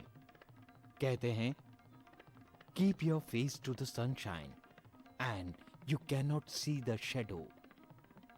इसी बात को ध्यान में रखते हुए विद्यार्थियों को सरकारी एवं गैर सरकारी संस्थाओं में नियुक्त किया जाता है, जहां वे मंदबुद्धि बच्चों के लिए निरीक्षण, प्रशिक्षण एवं अनुसंधान का दायित्व संभालते हैं और इसके पश्चात ये विद्यार्थी इस प्रशिक्षण का उपयोग मंदबुद्धि बच्चों के सामाजिक एवं शैक्षणिक उत्थान एवं विकास में करते हैं और एक लक्ष्य की ओर आगे बढ़ते हैं।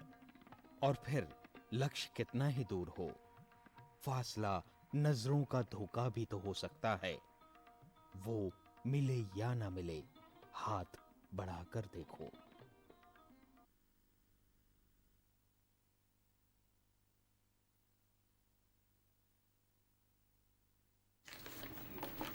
Welcome back.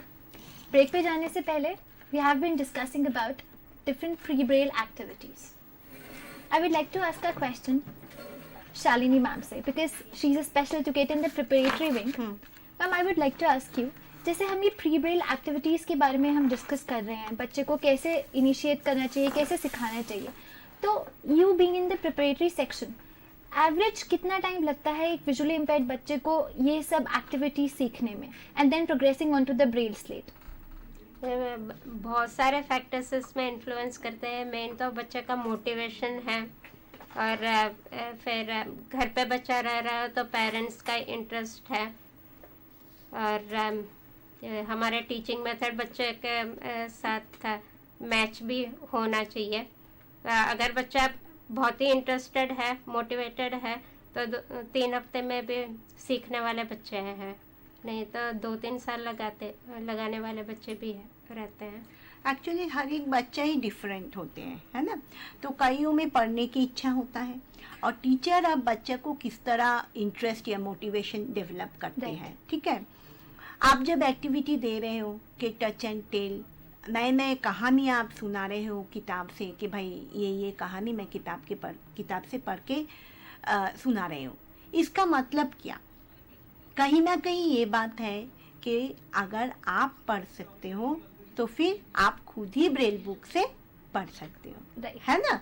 तो आपका मेरे ऊपर या किसी के ऊपर भी डिपेंड नहीं करना पड़ेगा। तो ये एक बात है कि मोटिवेशनल लेवल जितना अच्छा बच्चा का होगा वो उतने जल्दी पिकअप कर लेंगे। कई बच्चों का टैक्टाइल सेंस जो है वो बहुत जल्दी डेवलप कर जाते हैं, तो वो जल्दी सीख लेते हैं। कईयों का मुश्किल होते हैं, कईयों को मतलब मोटिवेशन लेवल बहुत पुअर होते हैं, तो नेचुरली उसमें टाइम भी ज़्यादा लगता है। इसलिए टीचर्स को और पेरेंट्स को चाहिए कि ऐसे स्टेप्स में सिखाएं कि बच्चे को सक्सेस मिले और सक्सेस से ही उसका मोटिवेशन बढ़ेगा। और हमेशा एक उसको पॉजिटिव रीइंफोर्समेंट देना बहुत ज़रूरी है और उसके साथ साथ एक sense of achievement. Right.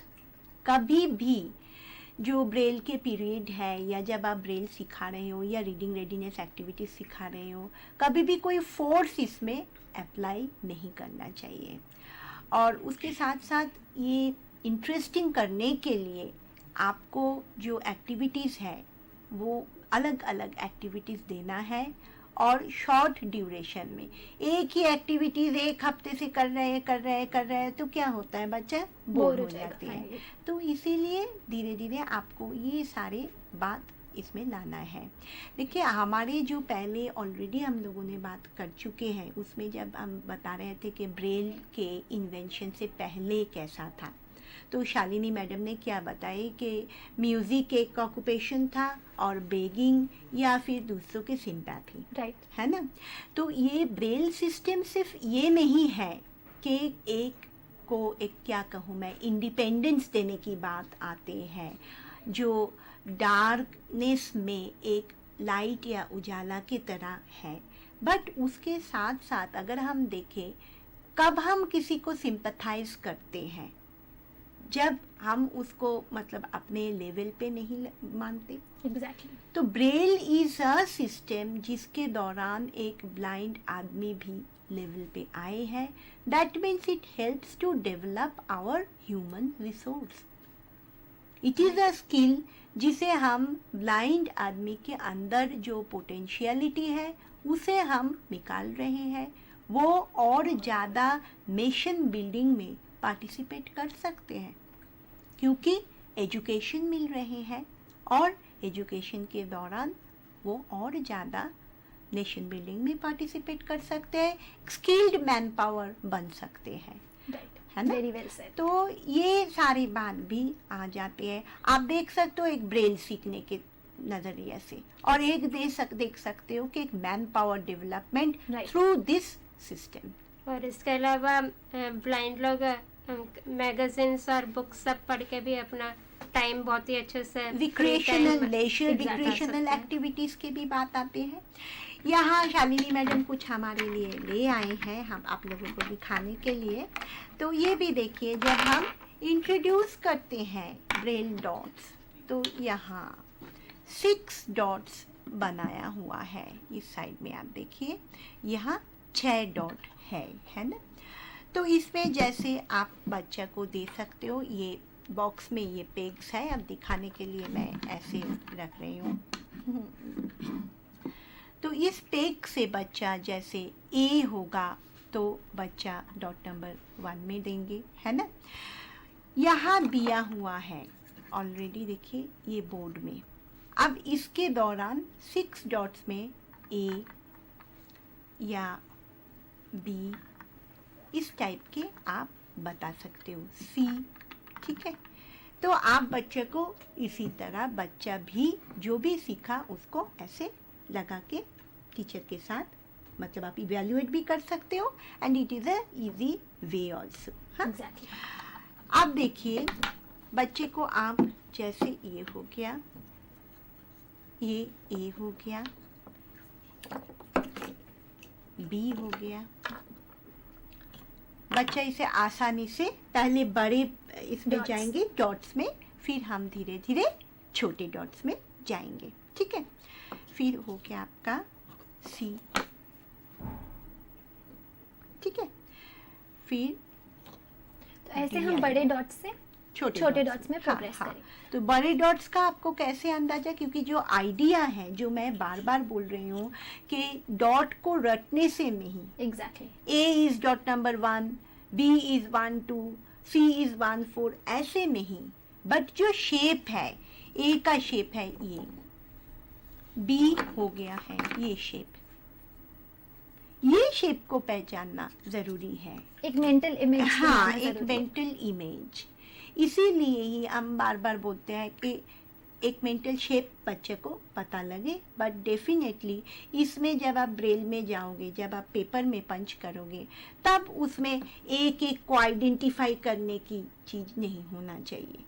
Ma'am है जैसे ना? आपने बताया हमें ब्रेलर एंड ब्रेल स्लेट, हाँ, तो जो ब्रेलर होता है किस एज पे, मतलब वो थोड़ी बड़ी एज पे ही देना चाहिए, मतलब बड़े भी।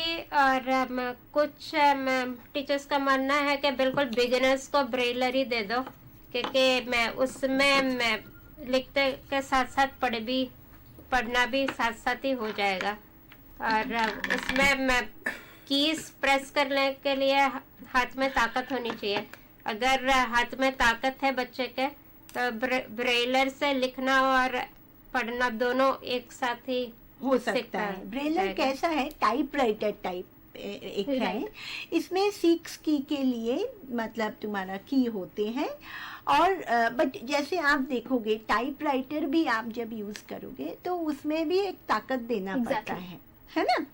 तो अभी का मतलब जो टाइपराइटर तो आजकल यूज भी कम हो गया है, मैं जो पुराना मैनुअल टाइपराइटर की बात कर रही हूँ, है ना। तो उसमें आपको एक ताकत होना ज़रूरी है।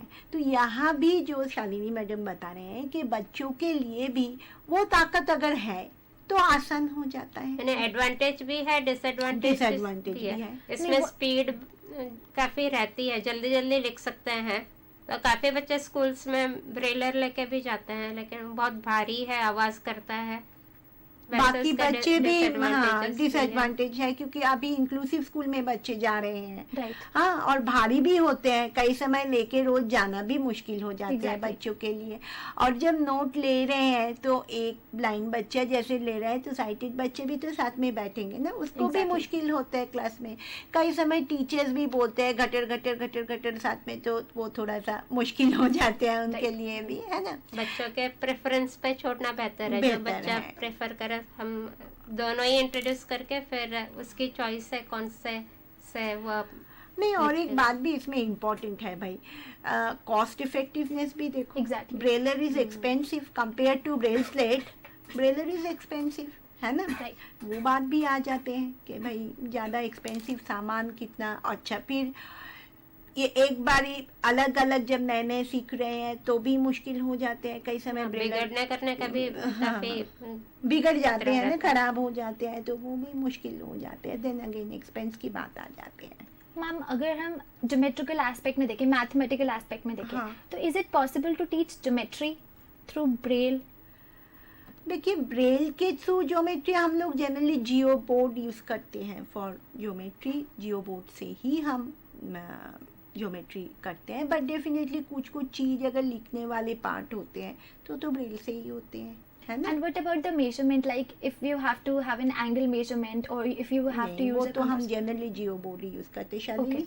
Would you like to explain वैसे about? स्केल्स जिसमें उभरे हुए डॉट्स बने हैं मेजरमेंट्स के लिए, उससे मैं करते हैं, लेकिन वो एक्यूरेसी इतनी होती नहीं है, लेकिन फिर भी सारे बच्चों के साथ बच्चे करने की कोशिश करते स्पर्वील हैं। और मैथ से भी होते हैं, कई समय शेप्स बनाते हैं बच्चे के स्पर्वील से भी, या टीचर बना के दे तो उसमें से बच्चे को पता लगता है, एंड देन बच्चा कैन ट्राई, वो भी ट्राई करते हैं, ये भी आ जाते हैं। अब मैम, जैसे आपने हमें बताया था कंप्यूटर रीडिंग सॉफ्टवेयर के बारे में, like Java and SAFA and all, तो ये जो कंप्यूटर एजुकेशन है, लाइक ये pre Braille and Braille activities अब आ गई बच्चे को, तो at what age these like computer education should be started, like with the screen reading software and all?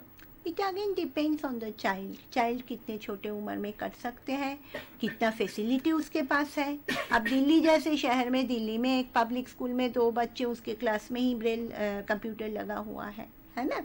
But computer आप सीखो चाहे ना सीखो, वो आपकी चॉइस के ऊपर है, पर हर एक ब्लाइंड व्यक्ति के लिए ब्रेल सीखना आवश्यक है आज भी हमारे देश में। क्यों? क्योंकि कंप्यूटर आपको हर जगह नहीं मिलेंगे, राइट, पर आप कहीं भी अपना ब्रेल कैरी कर सकते हो। आप बोलोगे लैपटॉप तो है मैडम, पर अब लैपटॉप कितने लोग अफोर्ड कर सकते हैं, है ना। Right. हम जब कोई भी चीज़ सोचेंगे तो हमें पूरे देश के बाकी लोगों के एंगल पे सबको दिमाग में रखते हुए सोचना बहुत ज़रूरी है। and what are the guidelines, like we have discussed about the pre-braille activities, what are the guidelines which we can वही summarize? मैं बता रही हूँ, जैसे मैं बोल रही थी कि जब हम ये जो पंचेस है, ये डॉट्स हैं, डॉट्स को हम अलग अलग करके कई समय बच्चे डिस्क्रिमिनेट करने की कोशिश करते हैं कि ये 1 के बाद अच्छा 2 आया, उसके बाद, हाँ, तो ये ज़रूरी है कि अलग अलग नहीं, आपको जल्दी से धीरे से आपको अलग अलग आइडेंटिफाई नहीं, इसीलिए मैं बोल रही हूँ कि शेप दिमाग में रहे, Right. क्योंकि उसे ना रीडिंग जो है वो बहुत, रीडिंग के स्पीड रिटार्डेड होते हैं, है ना। ये एक बात है। और मान लीजिए जब आप बच्चे को सिखाओगे उसे पहले कई समय पूछते हैं कि अच्छा कब से शुरू करें। इसका कोई कब नहीं होता। When you feel कि बच्चा सीखना चाहते हैं, बच्चा आपको भी बोले कि आप सीखना चाहते हो, बच्चा भी बोले कि हाँ मैडम मुझे सीखना है, तभी उसे स्टार्ट कराओ। ज़बरदस्ती से कोई फ़ायदा नहीं होता है, बहुत ज़्यादा फ़ायदा नहीं होता है। Patience is the key word. ठीक है, एक बार नहीं होता है, दूसरे बार कोशिश करो, तीसरे बार कोशिश करो, बट अपना पेशेंस आप लूज़ करोगे या आप कभी नेगेटिव बोलोगे तो वो वाइब्रेशन बच्चों पे भी जाएगा Right. और बच्चा भी तब नेगेटिव सोचेंगे, नेचुरली उसे भी लगेगा। थोड़ा सा छोटा सा भी अगर ठीक से वो आइडेंटिफाई कर सकते हैं तो उसे आपको बहुत अच्छे से मतलब रीइंफोर्स करना ज़रूरी है। रिवॉर्ड देना या एक फीलिंग ऑफ अचीवमेंट उनमें लाना बहुत ज़रूरी है। शालिनी मैडम। और सेंसरी ट्रेनिंग बचपन से ही, इन्फेंसी से ही स्टार्ट करना चाहिए। और यानी प्रोफेशनल्स को चाहिए कि पेरेंट्स को जैसे ही पता चल गया कि बच्चा ब्लाइंड है तो किस प्रकार से उसको उसके सेंसेस डेवलप करना है वो समझा देना चाहिए।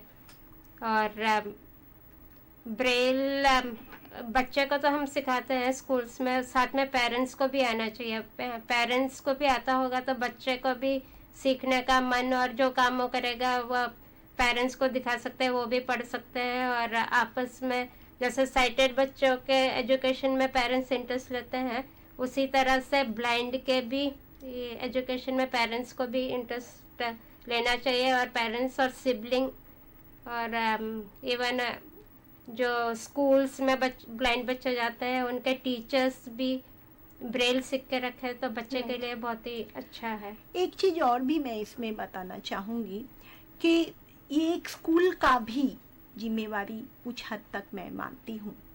जैसे मान लीजिए टोटल स्कूल में ही एक ब्रेल के एटमॉस्फेयर होना चाहिए जो इंक्लूसिव स्कूल में मिसिंग होते हैं। Right. जैसे लाइब्रेरी है, लाइब्रेरी में प्रिंट बुक तो आपको ढेरों मिलेगा, कम से कम कुछ किताब ब्रेल बुक में होना ज़रूरी है, क्योंकि we should encourage the child to read. Exactly. Braille सीखा आपने रिसोर्स सेंटर में तो उसका प्रैक्टिस हो रहा है, या क्लास में प्रैक्टिस हो रहा है, या स्पेशल एजुकेटर के पास प्रैक्टिस हो रहा है। बट कोई जो लेजर और रिक्रिएशनल एक्टिविटीज़ हम सब बच्चों के लिए, आम बच्चों के लिए क्या बोलते हैं कि बुक रीडिंग, ये एक्टिविटीज़ बच्चों के लिए होना, हमारे ब्लाइंड बच्चों के लिए होना भी ज़रूरी है। लाइब्रेरी में, कोई भी इंक्लूसिव लाइब्रेरी में एक छोटा सेक्शन में भी 10 बुक का ही आप रखिए, एक ब्रेल बुक का होना ज़रूरी है। छोटे क्लास से अगर बच्चा ब्रेल पढ़ेंगे तो किताब के ऊपर भी उसका एक प्यार आएगा, एक फॉन्डनेस होगा, किताब पढ़ना पसंद करेगा, लैंग्वेज भी डेवलप होगा अच्छे से।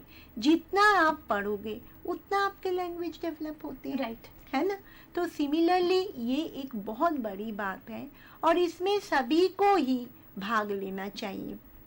पीसमिल जैसे पेरेंट को, सिबलिंग को, ठीक उसी तरह स्कूल में स्कूल के एडमिनिस्ट्रेटर को, स्कूल में टीचर को, जैसे बुलेटिन बोर्ड में सब कुछ बना हुआ होता है बट वो प्रिंट में रहते हैं। Right. तो उसमें जो मैं पहले भी बता चुकी हूँ कि कुछ चीज़ हमें रखना है जो ब्रेल में होना ज़रूरी है। हम एक सोसाइटी में, एक कम्युनिटी में, एक समुदाय में, एक समाज में रहते हैं जहाँ ब्लाइंड भी है, जहाँ साइटेड भी है। तो अगर हम आज के युग में, आज के प्रेजेंट एरा में, जहाँ हम इतने राइट टू इन्फॉर्मेशन की बात करते हैं, तो राइट टू इन्फॉर्मेशन तो सभी के राइट हैं। अगर हम साइटेड बच्चों के लिए जो सुविधाएं दे रहे हैं ब्रेल के माध्यम से, जब हमारे पास एक इतना अच्छा माध्यम है, हमें ब्लाइंड बच्चों को भी वही सुविधा देना है। जो लुई ब्रेल के ड्रीम था कि उनके ये सिस्टम ज़्यादा पे ज़्यादा लोग सीखे, इसका यूज़ हो और जो ब्लाइंड बच्चे हैं उनके यूज़ में आए, ब्लाइंड पर्सन्स उसे यूज़ करें, more and more use of his invention, वो ड्रीम को हम सबको मिलके ही साकार करते हैं। और मेरे हिसाब से कि ये आज के दिन में ये ओथ हम सब ले सकते हैं कि हम ज़्यादा से ज़्यादा लोगों के सामने ब्रेल को पहुंचाएंगे. Right. And आजकल through internet, even the sighted person can learn the braille by sitting at home. So it's an easy access to braille where one can learn. और मैम एक चीज़ मैं और पूछना चाहूँगी, जैसे ब्रेल के 3 लेवल्स होते हैं, तो जो 3rd लेवल होता है more of a short hand जैसे हम कहते हैं वो यूज़ करते हैं, तो वो किस लेवल पे, मतलब किस एज पे वो सिखाते हैं यूजुअली वो जो शॉर्ट हैंड ब्रेल होती है, या शालिनी मैम आप बताना चाहेंगी? इंग्लिश ब्रेल जैसे मैं ए से लेकर जेड तक सीख लिया, और उसके बाद सीधा ही हम कॉन्ट्रैक्शंस बच्चे को सिखा सकते हैं, क्योंकि उसमें रीडिंग फास्ट हो जाती है और फास्ट रीडिंग से कॉम्प्रिहेंशन भी बढ़ता है. इसलिए मैं डायरेक्टली हम ए से जेड के बाद सीधा कॉन्ट्रैक्शंस में भी बच्चे अगर कॉन्ट्रैक्शन सीखेंगे तभी as far as English is concerned magazines भी सारी पढ़ पाएगा, क्योंकि सारी मैगजीन्स कॉन्ट्रैक्टेड ब्रेल में ही आती है. And then another thing is there कि जब हम कॉन्ट्रैक्शन सिखाते हैं, जो शालिनी ने बताया कि स्पीड अच्छे होते हैं, कम्प्रिहेंशंस होते हैं, उसके साथ साथ देखिए ब्रेल राइटिंग भी बहुत थोड़ा टीडियस होते, मतलब कुछ देर बाद थोड़ा थकान आते हैं. इसमें इजी हो जाते हैं, है ना. आपको एक डॉट से आप एक वर्ड हो जाए तो आपको वो और इजी हो जाते हैं. आपको पूरा 3 डॉट लिखने की ज़रूरत नहीं पड़ता है. और एक बहुत बड़ी बात है कि पेज के भी सेव होते हैं, है ना. इनिशियली जब आप बच्चे को ब्रेल रीड कराओगे तो आप उसको डबल स्पेसिंग वाला नहीं, मतलब एक एक लाइन वाला ही सिखाना ज़रूरी है. धीरे धीरे सीखने के बाद वो डबल स्पेस में आए. मतलब जो इंटर पॉइंट वाला स्लेट है उसे ही इनिशियली शुरू करके फिर धीरे धीरे हम डबल स्पेस वाले इसमें आए, क्योंकि उसमें गैप रहते तो वो आसान होता है पढ़ने में. और ब्रेल शॉर्ट हैंड एक अलग चीज होते हैं. जैसे कॉन्ट्रैक्शन जो है, जो आप पूछ रहे थे, it is a part of Braille system. Braille shorthand भी part of Braille system, but that is different. वो एक प्रोफेशनल कोर्स है. कई ऑर्गेनाइजेशंस इसका भी ट्रेनिंग देते हैं. ओके, ठीक है शालिनी मैम. तो ब्रेल ग्रेड 2 ज़्यादातर लोगों को आना चाहिए, और ग्रेड 3 प्रोफेशनल्स सीखते हैं. प्रोफेशनल्स ग्रेड 3 जो आपके क्वेश्चंस था, तो वो है कि वो शॉर्ट हैंड जो बात है वो मतलब प्रोफेशनल के लिए है. और हमारे देश में जो है वो है यूनिफाइड ब्रेल, भारतीय ब्रेल, जिसमें यूनिफाइड ब्रेल कोड है, जो अभी हिंदी, इंग्लिश, असमिया सभी लैंग्वेज में हम वो एक ही कोड यूज़ करते हैं भारत में, वो है भारतीय Braille. So in today's session we discussed about Louis Braille and different pre-Braille activities. Initially we discussed about the life sketch of Louis Braille, and after that we discussed about different pre-Braille activities. For teaching pre-Braille activities, we have to take care of the age at which the child is coming to us and the condition of the eye. We have to develop his touch sense, in which there are 3 aspects, which are size, shape and texture. We have to remember one point, that Braille is not a different subject, it's not a particular subject, but it's a medium of instruction through which the visually impaired can gain knowledge. And we have to incorporate these pre-Braille activities with daily life activities and with the vocabulary building. And it's not just a part of or a task of a teacher, but the parents and the siblings, they should also be involved in teaching these pre-Braille activities. And these pre-Braille activities can be made with the simple material available at home. And an important point which is to be noticed here, that vocabulary building is to be followed along with these pre-Braille activities. So that's all for the today's session.